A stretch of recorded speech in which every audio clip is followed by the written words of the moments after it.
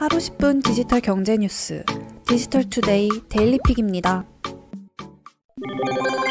삼성전자가 보급형 스마트폰 3개 모델을 공개했습니다. 삼성전자는 17일 심야 갤럭시 어썸 언팩 행사를 온라인으로 개최하고 갤럭시 A 시리즈의 새로운 모델인 갤럭시 A72와 갤럭시 A52 그리고 갤럭시 A52 5G를 선보였습니다. 이들 신제품은 6400만 화소급 후면 쿼드 카메라, 슈퍼 아몰레드 디스플레이, 5000mAh 대용량 배터리, 방수 방진 기능 등 실용적이면서도 감각적인 디자인을 두루 갖춘 것이 특징입니다. 또한 노트 PC, 태블릿, 웨어러블 등의 갤럭시 기기와 쉽게 연동될 뿐만 아니라 뮤직 쉐어, 버즈 투게더, 프라이빗 쉐어 등 활발한 소통을 위한 편리한 기능을 지원합니다. 갤럭시 A72와 갤럭시 A52 그리고 갤럭시 A52 5G는 3월 17일 유럽을 시작으로 전 세계 시장에 출시될 예정입니다. 출시되는 제품 사양과 색상은 국가별로 다를 수 있습니다. 국내 출시 여부와 일정은 미정입니다. 테슬라의 자율주행 기능인 오토파일럿으로 인한 사고가 종종 보고되는 가운데 이번에는 경찰차를 후방에서 추돌한 사고가 발생했습니다. CNBC에 따르면 현지 시간 17일 새벽 1시경 미국 미시간주 이튼 카운티 인근 도로에서 다른 사고 조사를 하던 경찰차를 테슬라 모델 Y 차량이 후방에서 추돌하는 사고가 발생했습니다. 사고 당시 경찰차는 사슴과 충돌한 다른 차량의 사고를 조사하기 위해 바깥 차선에 정차한 상황이었습니다. 추돌한 모델 Y 차량은 오토파일럿을 작동시킨 상태였습니다. 테슬라의 오토파일럿이 경찰차의 정차 사실을 뒤늦게 인지해 제동을 하지 못한 것이 사고의 원인이었다는 분석입니다. 경찰관이나 사고차 운전자 모두 크게 다치지는 않은 것으로 전해졌습니다. 최근 잇단 테슬라 오토파일럿 작동 중 사고로 인해 미국 고속도로 교통안전국이 관련 조사를 진행하던 중 일어난 사고이기도 합니다. 테슬라 오토파일럿과 연관된 사고는 12건 이상으로 집계되고 있습니다. 테슬라의 오토파일럿 기능은 주행 보조 시스템의 일종입니다. 현재 레벨 2 수준의 자율주행 기능을 제공하고 있습니다. 즉 위급시 운전자가 개입하는 수준에서 고속도로와 일반 도로에서 목적지까지 주행을 돕는 기능입니다.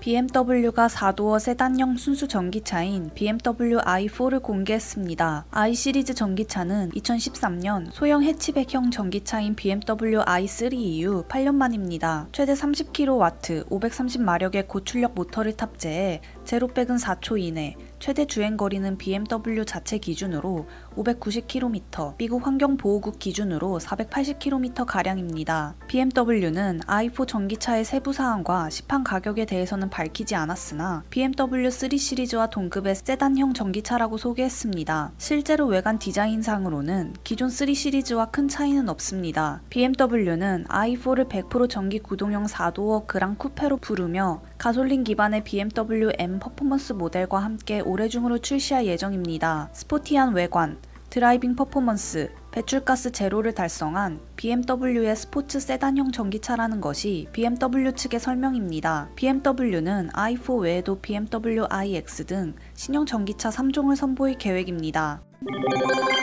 장년층이 다른 사람과 함께 디지털 게임을 하는 것이 웰빙 지수, 사회적 지지 만족도와 연관돼 있다는 연구 결과가 나왔습니다. 카이스트는 문화기술대학원 도영임 초빙 교수가 50에서 60대 중장년층 190명을 대상으로 한 온라인 설문 연구 결과를 발표했습니다. 연구팀은 게임을 다른 사람과 함께 플레이하는 그룹, 게임을 혼자 플레이하는 그룹, 게임을 하지 않는 그룹으로 나눠 웰빙 지수, 사회적 지지 만족도, 게임에 대한 인식에 차이가 있는지 알아봤습니다.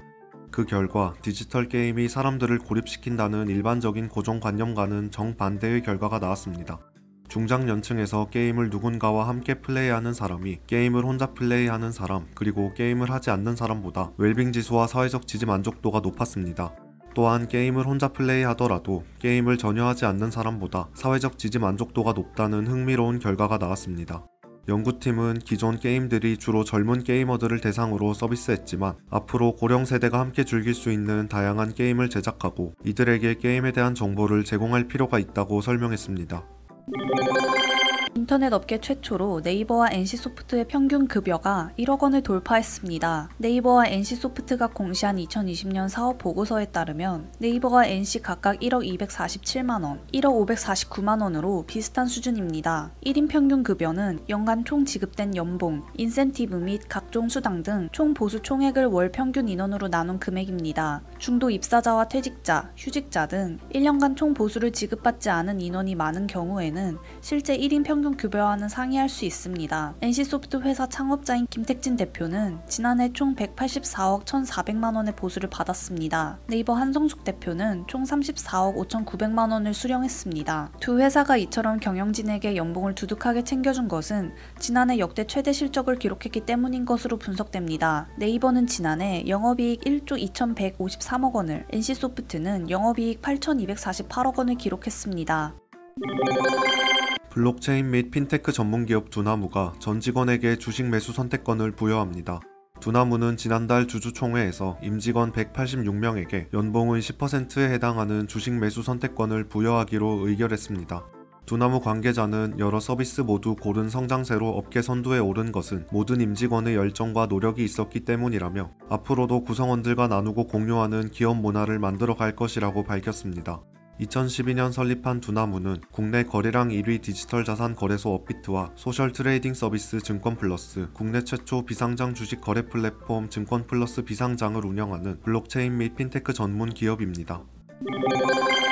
SK바이오사이언스가 코스피에 입성한 18일 상한가로 마감했습니다. 이날 유가 증권 시장에서 SK바이오사이언스는 시초가 13만원 대비 가격 제한폭인 30%까지 오른 16만 9천원에 거래를 마쳤습니다. 상장일 시초가가 공모가의 2배로 결정되고서 상한가로 치솟는 이른바 따상에 성공했습니다. 따상 기준 주가는 공모가 6만 5천원을 160% 웃도는 수준입니다. SK바이오사이언스는 상장가 동시에 상한가로 직행해 장 마감 때까지 계속 상한가를 유지했습니다. 종가 기준 시가총액은 12조 9,285억 원으로 단숨에 코스피 28위에 올랐습니다. 시총으로는 앞서 상장한 SK바이오팜과 빅히트의 시총 8조 원대를 제쳤습니다. SK바이오사이언스는 2018년 SK케미칼에서 분사해 설립된 백신 전문 기업입니다. 2019년 기준 매출액은 1,839억 원, 당기 순이익은 147억 원입니다. 지난해 결혼 건수가 23년 만에 역대 최소치를 기록했습니다. 결혼은 필수가 아닌 선택이라는 인식이 확산하는 데다 코로나19 여파로 결혼 여건도 나빠졌기 때문으로 풀이됩니다. 18일 통계청이 발표한 2020년 혼인 이혼 통계에 따르면 지난해 혼인 건수는 21만 4천 건으로 1년 전보다 10.7%, 약 2만 6천 건 감소했습니다.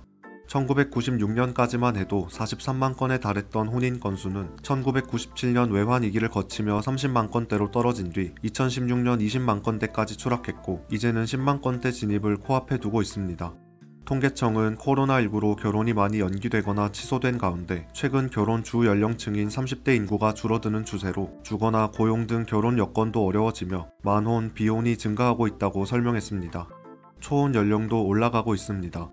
평균 초혼 연령은 남자가 33.2세로 10년 전보다 1.4세 상승했습니다. 여성 평균 초혼 연령은 30.8세로 10년 전보다 1.9세 늘면서 통계 작성 이래 가장 높았습니다. 행복한 하루 디지털투데이였습니다.